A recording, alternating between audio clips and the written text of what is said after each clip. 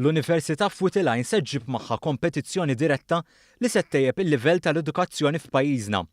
Għal dan l-opinjonista Endru Azzoppardi fil-programm Paperscan fuq One il-ħadd filgħodu. Hemmhekk għandek mela direct competition jien nara xi pożittiva u opportunità tajba kemm għall-akademiċi kemm għan-nies li jridu jagħmlu riċerka.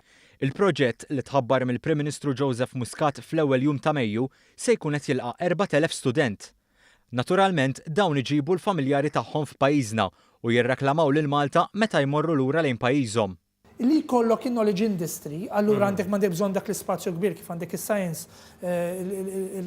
il-Life Sciences Park li sta probabbli jkun inawgurat. Ġifieri dawn huma kollha industriji li ma jeħdulek spazju fiżiku, imma li jġeneraw attenzjoni, interess u anke ripple effect tal-industrija. Azzoppardi huwa tal-fema li għal din l-università ma setax jintgħażel post aħjar minn nofsinhar ta' Malta. Ma nistgħux intuhom post isbaħ milli nofsinhar ta' Malta. Nofsinhar ta' Malta huwa ġojjel, naħseb jimpoġġejna fuq l-iskaffa issa sta l-politiċi li verament jikkapitalizzaw fuq dan l-investiment. Il-Ministru għall-Ekonomija, Investiment u Intrapriżi żgħar Chris Cardona spjega li din l-Università se toħloq 350 impjieg ġdid. Iżda mhux biss.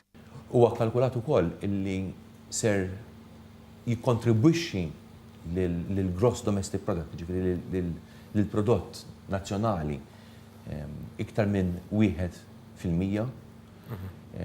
L-intake tal-gvern se jkun ta' madwar 60 miljun euro fis-sena.